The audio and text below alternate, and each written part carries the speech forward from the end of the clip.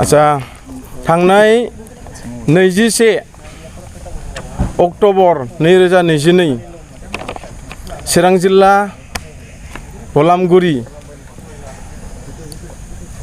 मोनसे फार्म हाउसावहाय गोरोबथा फार्म हाउसावहाय जोङो मोनसे एक्स एनडिबिआ सेन्ट्रेल हिसाबै इउनाइटेड फराम अफ एक्स एनडिबि हिसाबै दानानै लाबाय बा जों दाफुंनो हाबाय।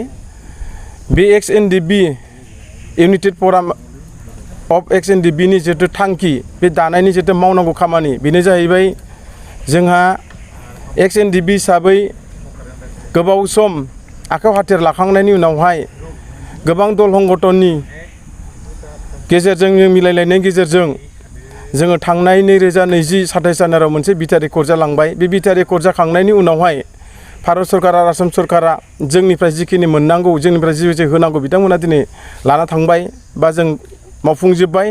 नाथाय एक्स एनडिबि हिसाबै दिनैहाय जोंनि जेनिखि सरकारनिफ्राय आदाय खालामनांगौ बा मोननांगौ बे बुस्थुआ दिनैहाय स्पष्ट हिसाबै जों मोनफुंजोबनो हायाखै।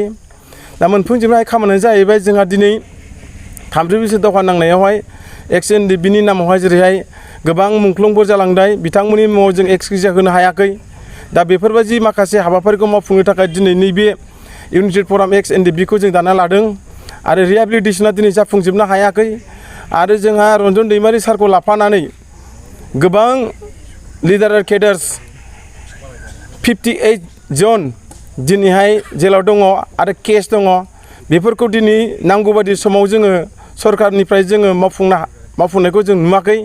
दा बेफोरबायदि माखासे समस्याखौहाय जोङो प्रेसार होनो थाखाय जोङो मदद होलांनो थाखाय दिनै नैबे टीमखौ दानानै लानाय जादों। आरो बेल' नङा, दिनै जोंहा एक्स एनडिबि हिसाबै गोबां दिनै माखासे बैसो थानाय सेंग्रा लाइमोनफोर दङ बिथांमोननि मुङाव जाहाथे जों मोनसे मोजां जब मोननो हायो बेफोरनि सायावबो जोंहा गोबां खामानि मावनांगौ दङ। आरो जोंहा थैनानै थांनाय मुंख्लंफोरनि मुङावहाय सेमेट्रि जे मुंख्लं खाम्फा दिनै बेफोरखौ जों मोनफुंनो हायाखै। बेफोरखौ जों मावफुंनो हायाब्ला जों एक्स एनडिबि हिसाबै 30 बोसोर दावहा नांनायाव मोनसे जारिमिन हिसाबै थालांनाय नङा। दा बेफोरखौ मावफुंनांगौ सार्थआवनो दिनै जोङो गोबांथार खामानि थानाय हिसाबै दिनै जों एक्स एनडिबिफ्रा बै समाव ज' गैयामोन, आलादा आलादामोन। नाथाय बै समावहाय आफादा मोनसेल'मोन। नाथाय दिनैहाय जों ज' जाफिननानै नैबे जोंनि गिदिरथार समस्या एक्स एनडिबिआव एकर्डनि उनाव थालांनाय बे समस्याखौ मावफुंनांगौ सार्थआव दिनै जोङो एक्स एनडिबिआ मिरु दाखांनायनि उनाव दिनै आरोबाव नैबे क'क्राझार जिल्ला गिबि खेब हिसाबै जोङो दिनैहाय जिल्ला इउनाइटेड फराम एक्स एनडिबि मिरु दुलाराय बर' फरायसा आफादा मोनफ्रोमबो जिल्ला बा आनसलिकफोरखौ लानानै माखासे गामिफोराव रिलि खालामगासिनो दं। माखासे एक्स एनडिबिफोरखौ जोबथेसालिनिफ्राय गनांगौ बा माखासे उन्दै बैसोआव हाबा जानाय बैफोरबायदि थांखिखौ लानानै दिनै रिलि खालामनाय समाव माखासे ससियेल मिडियायाव बिथांमोनखौहाय जे इलेक्सननि नाटकसो होननानै बुंनाय जादों। बे समाव एक्स एनडिबि हिसाबै मा बुंनो सानो? जोंनि बर'निनो मोनसे फरायसा आफाद दुलाराय बर' फरायसा आफादा दिनै साननैसो सिगाङावहाय बिथांमोना मोनसे एवारनेस प्रग्राम दिनै बिथांमोना बे एवारनेस प्रग्रामनि गेजेरजों दिनै एनडिबिनि माखासे जेलाव थानाय एनडिबिनि माखासे खामानि जाफुङै दिनै बेफोरखौ लानानै दिनै बिथांमोना साइकेल रेलि बा बाइक रेलि खालामदों। आरो दिनै जोंनि समाजनि गेजेराव लाइमोन सेंग्रा सिख्लाफ्रा बैसो जायालासिनो हाबा जानाय एन्टि ससियेल खामानि बेफोरखौ दिनैहाय होबथानाय आरो गुबुन गुबुन हारिनि जाथिनि बे बिटिआर ओनसोलनि जाथि जनगोष्ठीनि मोजांनि थाखाय जितु खामानि मावदों बेवहाय जोंहा जेबो बुंनांगौ गैया।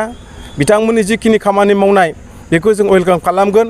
आरो बिथांमोना बेल' नङा, हायोबा दिनैहाय नेसनेल हाइवे फैनांगोन। गोबांथार खामानि जायाखै बेफोरखौ मावफुंनो थाखाय जे जायगायाव नोङो मोनब्रै ग्रुपजोंहाय मोनसे एकर्ड खालामदोंमोन, जेरै इउपिपिअ, एक्स एनडिबि आरो एबसु। दिनै बे टीमा ज' जाफिननानै नैबे दानि थासारि आरो एक्स एनडिबिनि समस्याफोरखौ लानानै जुदि जोङो ज'यैनो हायोबा जोङो मोनसे आन्दलननि गेजेरजों दिल्लीयाव बा स्टेटआवहाय जोङो मोनसे मेसेज हरनांगौ। दा बिथांमोननि लानायाव आंनि थाखाय मस्ट वेलकाम। आंहा बाव बुंनांगौ जेबो गैया। दिनै जोंबो एक्स एनडिबि हिसाबै इउनाइटेड फराम अफ एक्स एनडिबिआबो जोङो गिदिरथार मोनसे थांखि लाखादों। सानजानिफ्राय आप टु सोनाबहा दिनैहाय जोङो मोनसे हान्जा सुरनाय लागोन। बे हान्जा सुरनायखौ जोङो थाबैनो बे जोंनि मोनफ्रोमबो जिल्ला दाफुंना लानो हाखांजोबखांनायनि उनावनो जोंनि बे हाबाफारिखौ लानाय जागोन। Thank you. सार्टिफिकेटखौनो लानांगौ नायसिगोन ना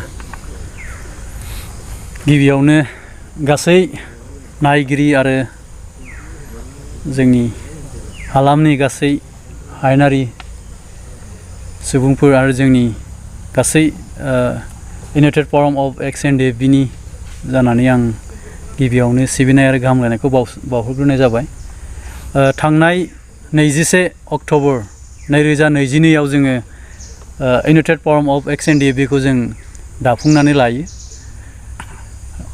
दिनै क'क्राझार जिल्लानि डिस्ट्रिक्ट कमिटिखौबो जों दिनै बे दाफुंनानै लानो हादों। बे united forum of ex NDFB Kokrajhar district हिसाबै जोङो आफादगिरि हिसाबै बिथां आगुस्टिन बरगयारि बिथांखौ प्रेसिडेन्ट हिसाबै जों गायसनदों। भाइस प्रेसिडेन्ट गुस्लाय सुला बिथांखौ जोङो गायसनदों। जेनेरेल सेक्रेटारि हिसाबै बिथां रोंगोसा ब्रह्म आरो एसिस्टेन्ट जेनेरेल सेक्रेटारि हिसाबै बुरबन्न मुसाहारि आरो अर्गानाइजिं सेक्रेटारि हिसाबै सावथुन बसुमतारी बिथांमोनखौहाय जोङो दिनै इउनाइटेड फराम अफ एक्स एनडिएफबिनि क'क्राझार डिस्ट्रिक्टनि गासै बिबानगिरि बिथांमोनखौ जोङो गायसननो हादों। बेजों लोगोसे जोंहा गोबां दैदेनगिरिफोर दंबावो आं बिथांमोननि मुंखौ मख'लाया।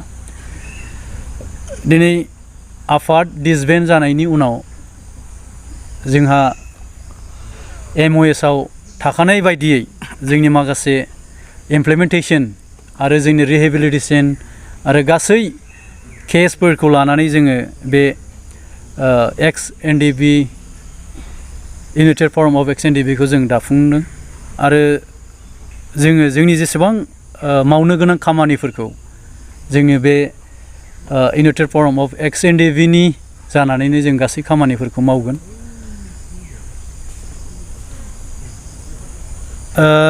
जोंनि मावनो गोनां खामानिया जोंहा एकर्डआव MOS आव थाखानाय बायदियै जोंनि केस उइथड्र जोंनि रिहेबिलिटेसन बेफोर गासै MOS आव थाखानाय बायदिफोरखौहाय जोङो मावफुंगोन आरो जों दिनै बे इउनाइटेड फराम अफ एक्स एनडिएफबिआ दिनैहाय जोङो प्रेसार ग्रुप हिसाबै जों दिनै बेखौहाय जों दानानै लादों।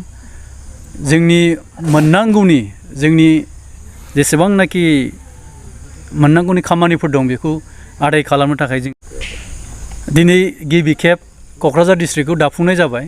जों बिनि उनाव चिरां, बाक्सा आरो उदालगुरि लोगोसे तामुलपुर जों दिनै गासै जिल्लाफोरखौ जों दाफुंगोन। लोगोसे जोंहा बिटिआरनि बायजोआव थानाय सनितपुर जिल्ला, गवालपारा जिल्ला जों बेफोरखौ गासैखौबो जिल्ला हिसाबै जोङो इउनाइटेड फराम अफ एक्स एनडिएफबिआ दाफुंजोबगोन।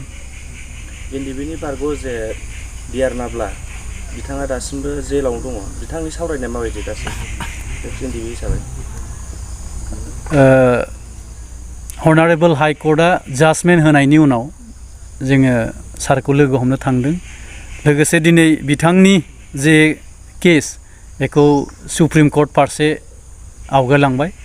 दिनै बिथांनि सुप्रिम कर्टनि जे खामानि बेफोर जागासिनो दङ आरो बिथांनि आरो लोगोसे जोंनि गासै लिडार आरो केडारफोरनि सुप्रिम कर्टआव जायफोरा केसआव थिसनजानाय बिथांमोननि गासै केसआ पजिटिभ जागोन होननानै आङो मिजिंथिदों। लोगोसे government of India and government of Assam लोगोसे गभर्नमेन्ट अफ बिटिआर बेफोरखौ जोङो आफादनि जानानै एपिल खालामदों।